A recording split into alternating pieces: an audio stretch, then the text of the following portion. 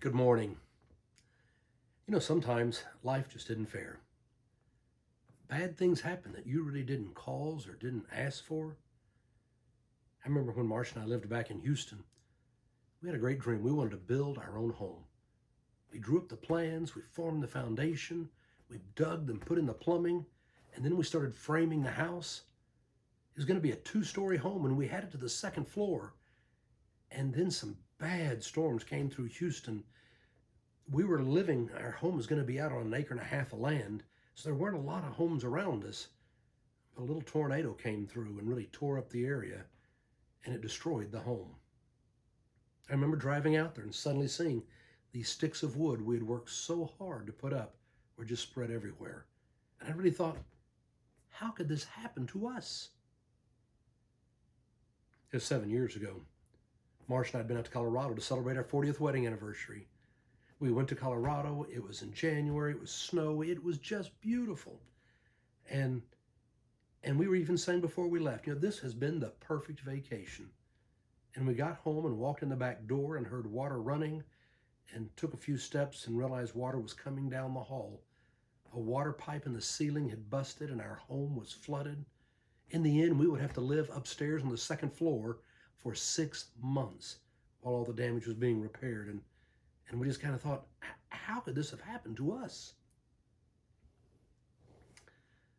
And then, of course, there was this Friday, the Friday when Marcia came in and said, they think I have cancer. It turned out she had had a mammogram, and she did have breast cancer, stage 1, and we were able to go in to fight it, and she would be okay. That probably has been the most difficult one. And then this last Friday when I got a call late in the evening saying, you've tested positive for the coronavirus. You always stop and think, well, how's my body going to react? There are lots of people who get the coronavirus, and some people do just fine. Some people don't even know they have symptoms. But there's been over 215,000 Americans who've died. There's more than 900, or almost 900, in our hospitals right now. In Oklahoma, more than 300 in ICU. You flip on the stories and you see the story that I watched yesterday about a 45-year-old father who was perfectly healthy and got the virus and was soon dead. You wonder, how's your body going to react? It looks like I'm going to be one of the blessed ones. I will be fortunate. I have symptoms, but they're mild symptoms, and I feel like I'm getting better. It won't be that long. I'll be back on my feet. But I have found myself sitting in isolation, having time to think and wondering, how did this happen to me? How did this happen to me? There's almost that sense of shock, and I've been surprised that I would even have that reaction or thought. How could this happen to me? I told you yesterday about Robert Lipkin, also known as Bob Bitchin. He had started a magazine, Attitudes and Latitudes.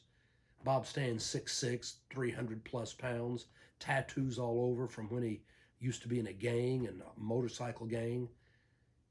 Then he became a sailor, got his life straightened out, and he met his wife Jody, and they had a family, and they've sailed literally around the world for years.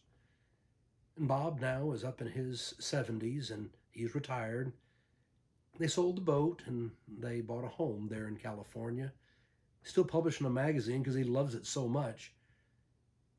But as I did some research on him yesterday, I came across an article I hadn't seen, and that is back in September, just a little more than a month ago, with the wildfires raging in California, his home burned to the ground.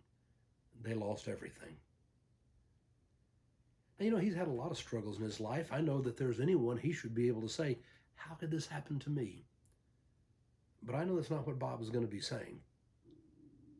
No, I know it's not what he's going to be saying, because one of his other favorite sayings is, are you dreaming your life or living your dream? Bob is someone who always believes that there are things that happen and maybe you didn't cause them or they just happen, but you got to step back and decide, what am I going to do with my life now? It's the opportunity to reinvent. And I know that he will grieve just as all of us grieve when something really bad happens. It's okay to be shocked and to grieve. But we have to move past that to be able to say, am I dreaming my life? Or am I living my dream? Are you just dreaming about what your life could be? Or are you just even still stuck asking the question, how could this happen? It's unfair. No, we got to move past all that to where we start living our dream. You know, it was the Apostle Paul, when he's writing to the Romans, that he would write to them and say, you know, I really do believe that all things work together for the good of those who love the Lord. It's not that all things that are happening are good. They're not. Sometimes they're hard, and they're difficult, and they are painful. But the belief and the understanding is that it's God who's able to take all things and help work them for good. That the pain and the loss and the suffering does not have to be the final word in our life. We don't have to spend our life asking, how could this happen to me? We don't have to spend our life dreaming about what life could have been. No, it's God's grace that enables us to reinvent life again, to go forward, and to live our dream. That's the promise of God's grace.